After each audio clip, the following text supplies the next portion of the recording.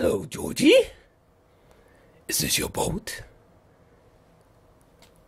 Then take it. Hey, what's going on, guys? So let's go ahead and dive deep into it. I've been waiting to talk about this fucked up demonic shit. Okay, been waiting to talk about this shit. Oh, I took so many notes, but this film floored me. Okay, this movie floored me. I fucking loved it. I loved it. Oh my god! But let's go ahead and let's dive into here. So let's start with my man Bill Skarsgård. Let's start with him. Let's see if I have a good enough image here. This one will probably do. Okay, my man. And if you see me looking back at this a lot, it's because of the amount of notes that I took. But listen to me. Bill Skarsgård, as you know, when they first started talking about this new film adaptation of the novel, I was kind of like, but especially since Will Poulter was not cast in the role as Pennywise, because I just thought that him and Cary Fukunaga directing, I thought they just would have killed it. Kind of like with how Steve Jobs, it was supposed to be David Fincher and Christian Bale and Aaron Sorkin. Like, oh my god! But I mean, it's never going to happen, sadly. But that would have been the ideal dream Steve Jobs film. The ideal the ideal It film seemed to be Will Poulter's It. Cary Fukunaga directing. He made Beasts of No Nation on Netflix. You should check it out. It's an original film. But so I had doubts, but I started to see the pictures of Bill as Pennywise, and I was like, and then the first trailer, and then finally watching this movie, like seriously, the opening, oh my fucking god, the opening, the introduction to Pennywise, right? When Georgie, his boat goes down the sewer, right? And where is it? I think I might have an image actually. So Georgie's boat goes down the sewer, and then we're introduced to Pennywise for the first time, and the two of them talking. I'm telling you right now, that's got to be.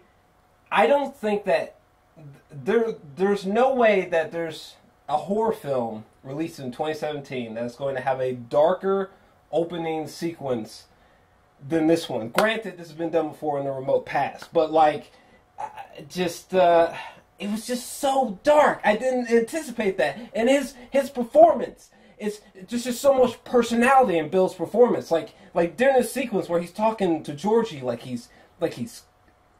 he seems almost charming.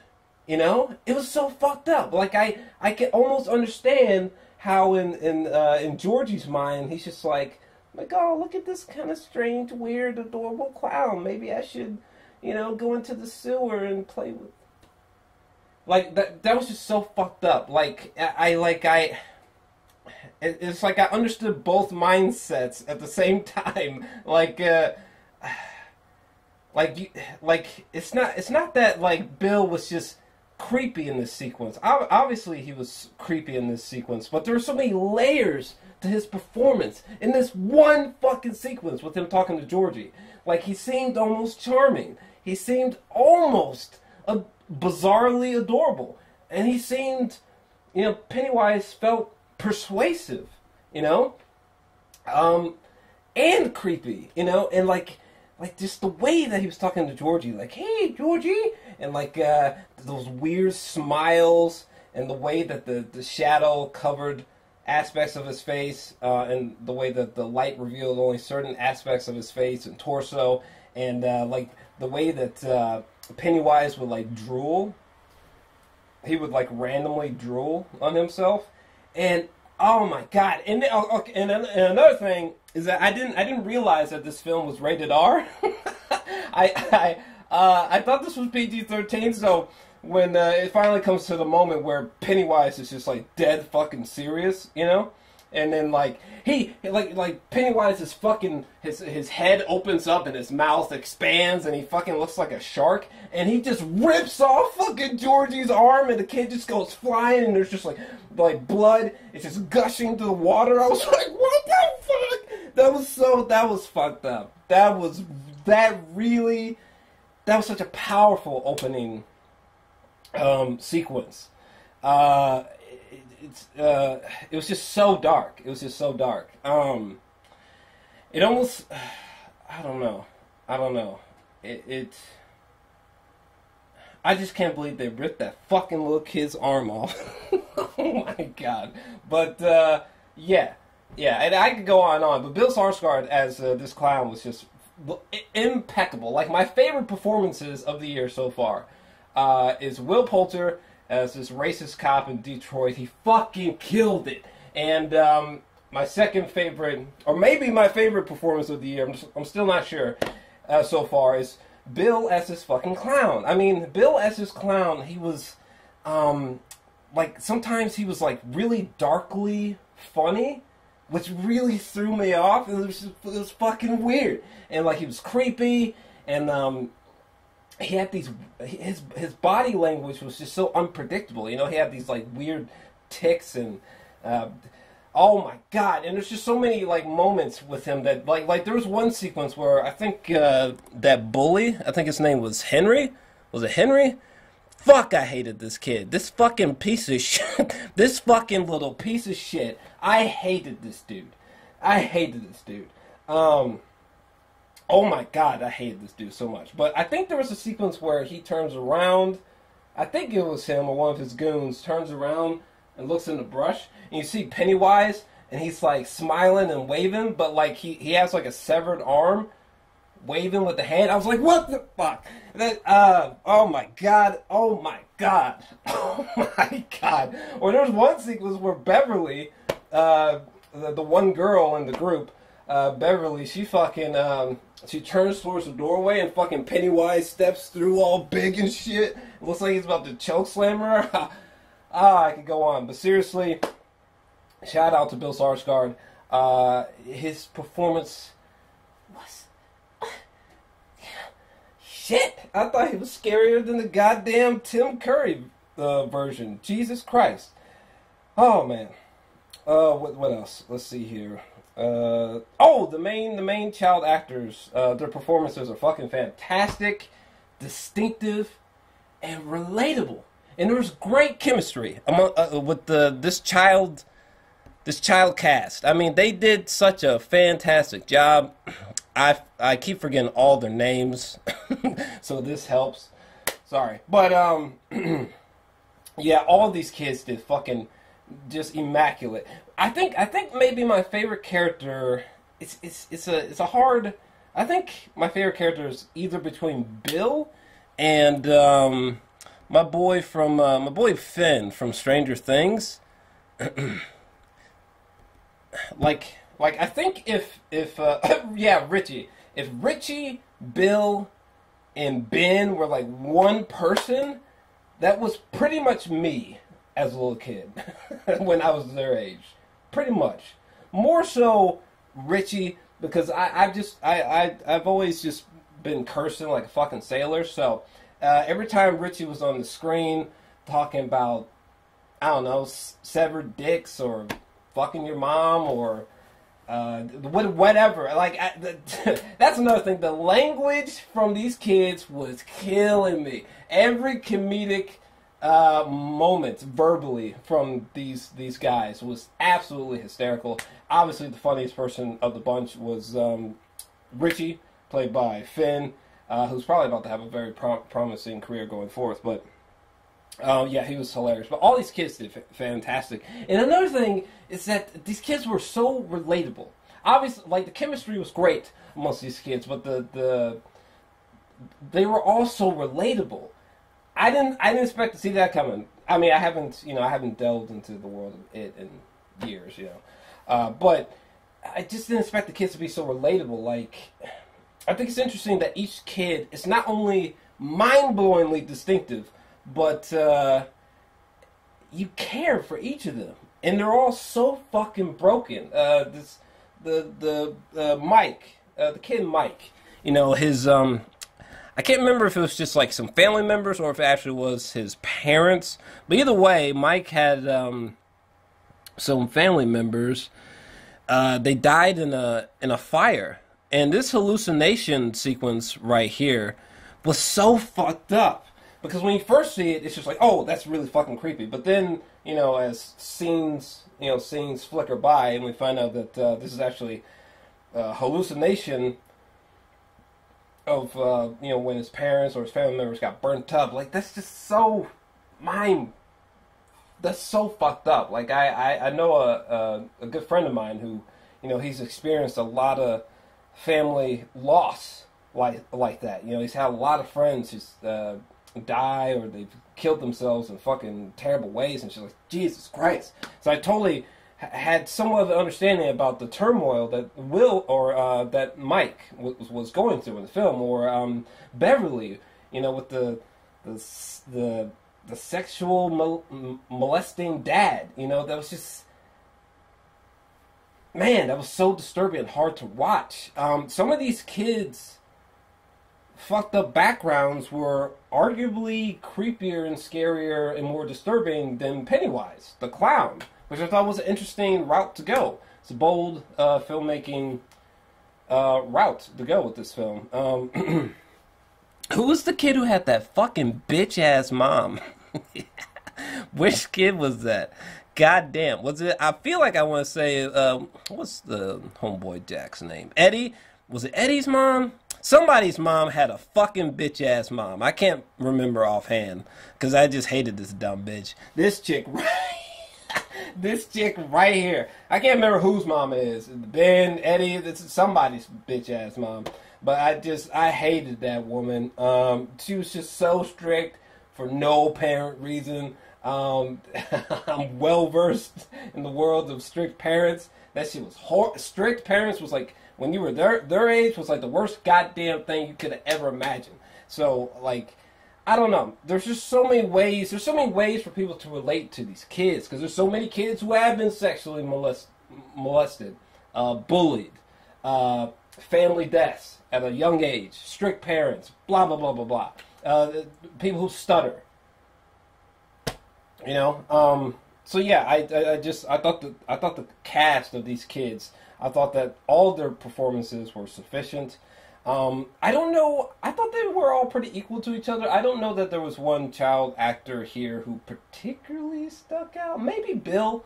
Maybe the actor who plays Bill. Because there was just particularly a lot for... What's the kid's name? I'm really glad I got this picture. Jaden. There was a lot for Jaden to chew into and play with, you know.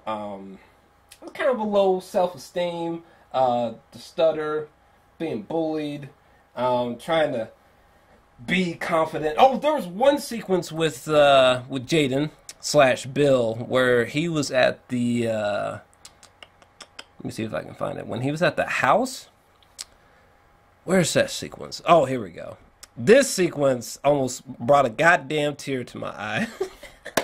when Bill was talking about how he would rather go inside of this haunted, completely fucked house where Pennywise is waiting. Not that that's where the clown is. That's where the clown is waiting for your ass, right? Bill was talking about he would rather go inside this house with this demonic clown.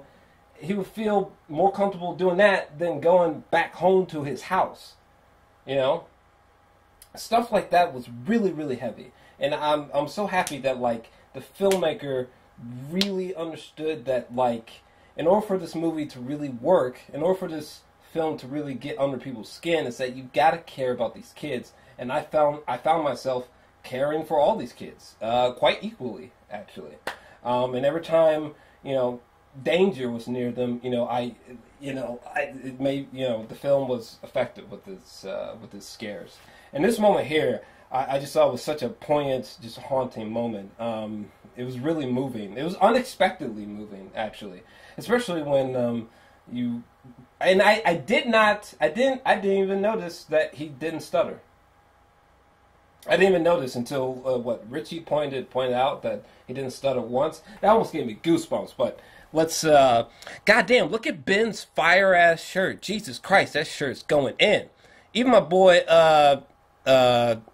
Richie with that's a fresh fucking shirt right there. It looks like some golf weighing. Let me see here. Oh, another moment that really showcased the chemistry of the cast very well was this moment here where all the main characters, the guys, Mike and Eddie and all them, they're like in their underwear and they're about to jump off this cliff, and then Beverly comes and they all jump off the cliff into this river and just horse playing. Just actually kind of reminds me of Stand By Me. Has anyone seen Stand By Me? It's like one of my favorite films of all time. Love that film. Back when Corey Feldman was sane and shit. But since we're kind of drifting that way in this conversation, clearly all of the emotional beats of this film worked for me. They all worked. Like, let's just say this moment right here. This moment was so fucking beautiful. Some people might say by the time we get to this point in the film, like the film is dragged on. I thought the movie was well paced. Okay, I thought it was well paced. First off, it's a Stephen King adaptation, so it shouldn't be that fucking surprising that the movie's long in the first goddamn place. Okay. Number two, yeah, the movie. I was never bored. I didn't think it ever dragged. I thought the pacing was good. It was just right. It was just right. And this sequence right here where they do the that's some old time shit what they're doing. But that whole blood oath thing, you know, you cut your hand and they all join, split hands, my blood mixing with your blood. That's some deep shit that these fucking what are they like 15? What, they supposed to be like 11, 15, somewhere around there. But that's some deep shit that they got into. Another really deep moment was when Beverly and Bill kiss, and she like deliberately, like when she's done kissing Bill, like she kind of does like that with her hand and walks away, and like there's some of her blood on Bill's face, you know. And I just thought that was such a haunting image, you know, Bill watching her walk away with her blood on the side of his face, and he's just gotten done kissing her, and you feel so hopeful for the character, but I don't know, for some reason, with the blood on his face, for some reason it's like a very subtle reminder that like the game is not over yet, you know. Wait, 27 years, motherfuckers. 27? Was it 27 years? 27 years. But, what else? Boy. I love my new style of movie reviews, because, like, it's just free-flowing and shit's just all over the fucking place. But, let's see. What else is there to talk about? I done jumped around on my notes, so I don't know where I'm at. Let's see. Oh, another thing that was a great positive was the minimal use of Pennywise. Surprisingly, I don't even have that many. I don't even have that many pictures of Pennywise. That's interesting. But yeah, Pennywise, he was used in a very minimal way. You know, almost like the shark in Jaws. You know, he's in the film just enough, you know, just enough. You know, he's not overbearing on the plot. You know, there was never a point where the clown would be on the screen and I'd be like, oh my god, they're really overloading on this. So, like, you know, that never happened. So I thought that was great. That was great. Made him even scarier. Him and his bunny rabbit teeth. Fuck. Like, I don't have a fear of clowns, but goddamn, there's something just so unstoppably just fucking eerie about Bill's performance. Honest to God. It's like some wacky fucked up. The best way I can describe Bill's performance as Pennywise is like if you watched an episode of Bugs Bunny that was like 2 hours long, and then out of nowhere, within like the last half hour, Bugs Bunny just starts fucking, just bloody, just killing people bloody, and like he's just cursing, and like he's just like fucking other female bunnies and shit, and like he like you would just be like, what the fuck? Because like there's something somewhat likable about him because it's Bugs Bunny, you know. But like he's murderous and creepy and shit. It's kind of like if Bugs Bunny just became murderous and creepy, basically. That's the best way I can describe Bill's performance as it. It's probably the weirdest description of an actor's performance I've ever given. But God, there was so much creepy fucking shit in this movie. Jesus Christ! Like I was just in constant unease. You know, whether you know, it was like these big build-ups to false jump scares, or you know, the really good sound design and a really nice score for sure. A lot of times I don't even think about the score or music when I leave a horror film, but the music and the sound design was definitely good. Nothing great, nothing to make me like go hunt down the soundtrack or anything like that, but definitely effective, sufficient score and sound design. Oh shit! And there was a lot of just creepy fucking moments like this with this dude, kind of like what the fuck was happening? They had to steal something out of the store, and Beverly was trying to sweet talk this grown ass man staring at this 15-year-old. I gotta get this motherfucker off the screen. Yeah, I was just always in constant unease watching this movie. I mean, what the fuck? What the, like, another thing I want to say is that, pushing positives and negatives aside, push this review aside for a second. If you did not love this movie like I did, what do you want? Like, what do you want from an It adaptation if you did not love this movie? Because I'm telling you right now, if you didn't love this adaptation of It, I, honest to God, would bet my life savings that you're never going to be impressed by a film adaptation of It. Because this was a genuine, fantastic effort from the director. What was his name? Andy something. Let's see here. Andy Muschietti, some shit. But Andy did such a wonderful, phenomenal job directing this movie, because I don't understand how, like, he hit every checkbox. Creepy, good performances, emotion, jump scares, romance. Shout out to my man Ben when he wrote that epic ass little poem, and she actually liked the shit. And then like his kiss like brought her back when she started floating. I was like, God damn, Ben, going in. And for the record, when they went back to that goddamn house, boy, some brave ass fucking kids, boy. Shit. This room right here was fucking terrifying, because a lot of this looked like a real set. Obviously, like, when you look up and all the kids are floating, that's all CGI bullshit. But, like, a lot of this looked like a tactile, like, physical set. And this, when they found her floating right there, one thing I noticed is that when she's floating, Beverly, when she gets kidnapped by Pennywise, which how fucking, that was fucking creepy too. When the kids find out that Beverly's been fucking kidnapped by Pennywise, like that, like, and they have no choice but to go to his house to get her ass back. Man, man, fuck.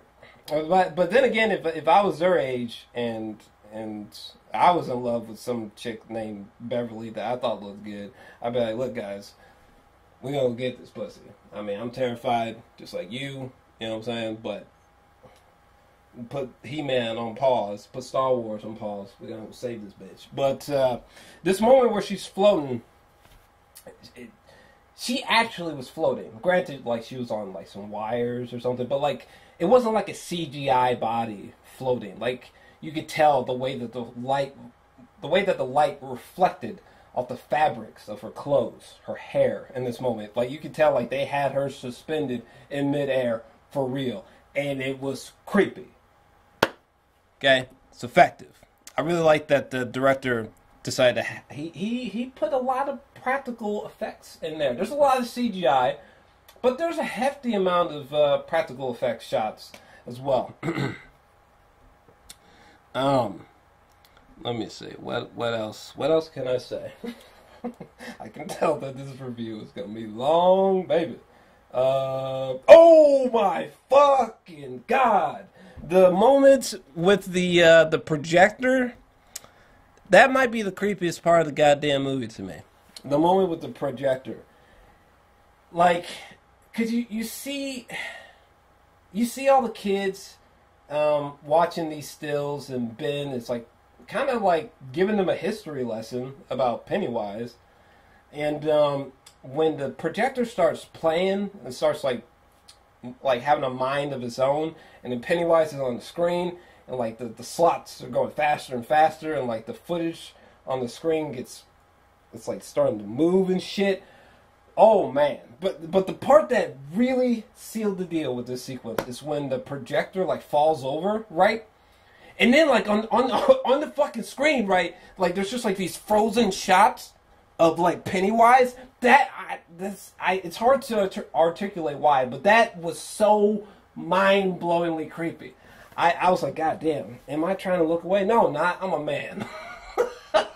I can take this movie, but wow, this is surprisingly really eerie. That whole projector moment sequence fucked me up. Another sequence that really fucked me up was when they were inside of the house, and what happened? This fucking clown bitch was in that safe. Or it looks like a safe. Or a little closet opens up. This motherfucker crawls out like the Grudge and shit. Stands up like his fingers like burst through his gloves. Right? And then there's even that one moment where I was like, man, this clown's about to fuck these kids. This clown's about to fuck these kids up. Boy, this clown's about to fuck these kids up. But what was that fucking kid's name? Oh, here he is. That kid's name. I need to do this more often. It helps me keep track of the people's names. But this kid Stanley, when he gets bit, he gets bit by Pennywise. Like his mouth gets all big, and he bites he bites Stanley. And when they get the clown off him, and Stanley stands up, and he's got these bite marks on him. His performance scared the fuck out of me. He like Stanley stands up, he's got these bite marks, he's like sweating, he's like screaming uncontrollably, all high pitched, borderline snot nose crying at this point, screaming in terror about this goddamn clown that just bit him like some rabid dog. That really just bothered the fuck out of me. Just witnessing this poor child just so psychologically just affected by the... What's interesting is that, like, I'm sure the bite hurt, but I think the psychological scare that the clown just gave him is what really did it, It's almost like in that moment, he was screaming and freaking out so much, not necessarily because of the pain, but just because of how fucking psychotic that would be if you were him, if you were Stanley's age and you were him and the goddamn clown. Man, that scene fucked me up. I didn't anticipate this movie being so dark, the vulgar language that the kids use. The unexpected violence, like when Georgie's arm got ripped right the fuck off. It's like, damn. Another thing that I thought was interesting is that you could almost describe this film as like really black comedy. Like this film could almost be a really disturbing coming of age story, and it could also be, I mean, it's kind of simultaneous. It's like a film. How should I say this? It's a film about a demonic clown, a murderous clown, supernaturally tormenting these kids. It's also could be interpreted as a black, really dark comedy, and it could also be interpreted as a really disturbing coming of age story. It's almost more of a coming of age story than, say, a horror film.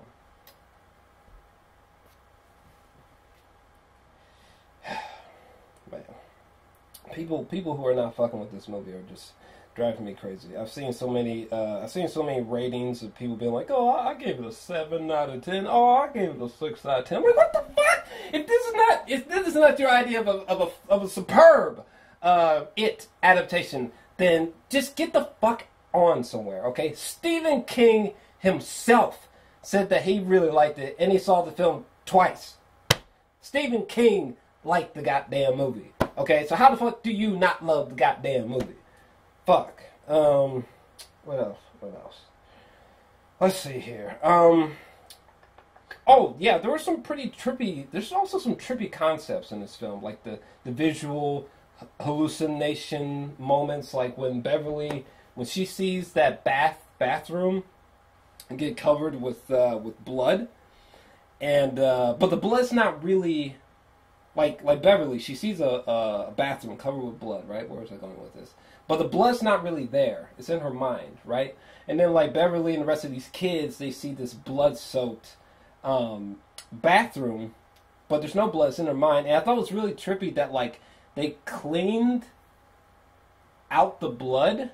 Like they cleaned out the bathroom, you know, washed all the blood, washed all the blood away, even though the blood was in their mind. Think about that. You didn't think about it that way, did you? It's weird. It's weird. There's a lot of trippy concepts like that. Or this phrase, was it? We all float down here. You'll float too. So apparently, in the actual book, there is no actual explanation, like a specific explanation as to what the fuck that means. It's very dream logic-y, like you'll all float down here, you'll float too. Sounds like something that some character would spew out randomly in like a David Lynch movie or something like that. It's a very strange phrase. I've been thinking about like, what the fuck does this phrase mean? And to me, the best interpretation I can give you for we all float down here, you'll float too, is that it seems to me like Pennywise is saying that I'm not going to kill you. I just want to torment you. I just want to feed off your fears. I want you to float down here with me, where I'm in control of you. Like forever and ever and onward. Like, when you're floating down here, you're mine. Like, your mind is mine for me to feast on your fears and for you to drown in your fears. That's kind of how I interpreted it. And I feel like, you know, when Pennywise is down there and they're all floating, that's what's happening. Pennywise is just tormenting their psyches. They're all the kids maybe are locked in. Maybe all the kids, when they're floating, they're all locked inside of their own psychological nightmare prisons for their minds. You know what I mean? I don't know if that makes sense, but because this is off the cuff, okay? But that's my interpretation of that. What else? Yeah, I think I covered what I wanted to say about that. Let's see. Is there anything else that I want to add here? Hold on a second. I'm gonna skip through my notes. Let me put up a more worthy image to be sitting in the background. Yeah, this one will work. There we go. But yeah, is there anything else that I want to add? Oh, flaws. Flaws. I can tell that. Well, I don't know. It doesn't seem like there's a lot of people. It doesn't seem like there's a substantial amount of people who seem to agree with me that this film is a 10 out of 10. I think this movie is a 10 out of 10. It's a 10 out of 10 for me. I mean, I really don't have any substantial flaws. I mean, the only flaws that I could even scrape the bottom of the barrel for was there's a lot of familiar horror tropes, and there's a few false jump scares and build-ups. You know, the whole dark hallway, ominous music, right? Cameras panning real fucking slow, right? And then maybe someone's walking down the hallway like, and then you hear like a hiss of a teacup, or you hear somebody like open the door really fast and go, "Hey Billy, you ready to go outside?" And then the character who was walking down the hallway is like, "Oh fuck, you scared me, man." Yeah, that's like a false jump scare. Or like someone's opening the door and the music's getting louder and louder, and then when they open the door, there's like nothing there, and the audience is like, "Fuck, the director almost got my ass." But yeah, so there's a few false jump scares, and there's definitely some familiar horror tropes. But like, what the fuck? Like, why is that such a substantial flaw if that is one for you? You know what I'm saying? Think about the era that this story comes from. You know, that shouldn't really matter. You know what I'm saying? It's kind of like people who get mad at The Force Awakens because a lot of the visual concepts feel familiar. Like, why is that an issue, though? You know what I'm saying? The prequels were garbage. So it's nice to have some familiarity and some new stuff at the same time. That's why I like The Force Awakens. And that's why I like this film. You know, I thought that the execution of this film, it felt, it just made the story of it just feel so fresh and feel new, at least, you know. So I didn't, and the execution of this film was just so spot on. You know, I just thought it was so faithful to the source material. So I didn't really mind some of these familiar horror tropes, you know. Like the mullet-haired bully that's a badass and torments some of our cast members, which those scenes were difficult to watch. Those bullies, I was like, God damn, someone just run these fucking bully, evil-ass kids over. Just run them over. I wish Ben had just fucking crushed old dude's head in with a fucking rock. But, I think I'm reaching the bottom of the barrel. How long have we been, how long have we been recording for it? Let me sneak a peek. Oh, my God. Yeah, let's, well, let me scan these images. Make sure there's nothing drastic that I'm missing. I highly doubt it. I went pretty deep on this one. I don't know did I bring up this house before? I can't remember if I did, but shout out to this creepy, real looking house. Like, that actually looks like just a real house somewhere on some godforsaken neighborhood. If I had to go inside of that fucking house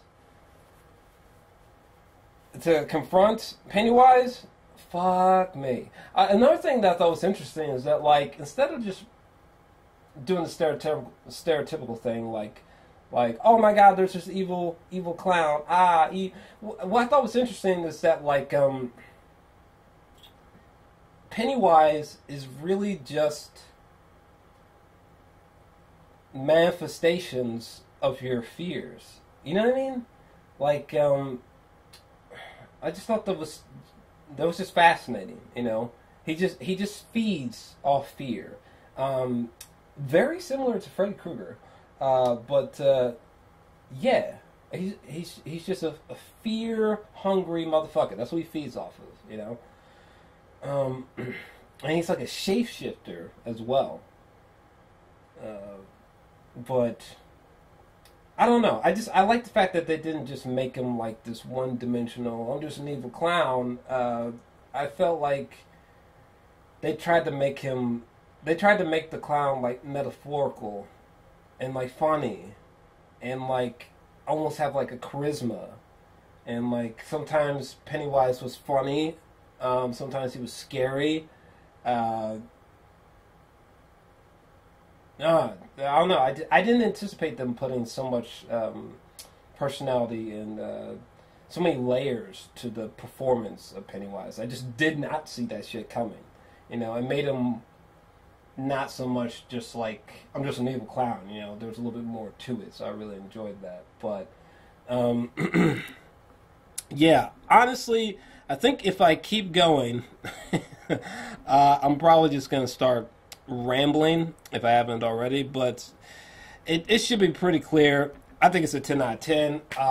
It's one of the year's best films, in my opinion. This movie, it's gonna break box office records. All these kids in this film are gonna probably become huge fucking stars, or their temporary moment in the spotlight is gonna be fucking banging.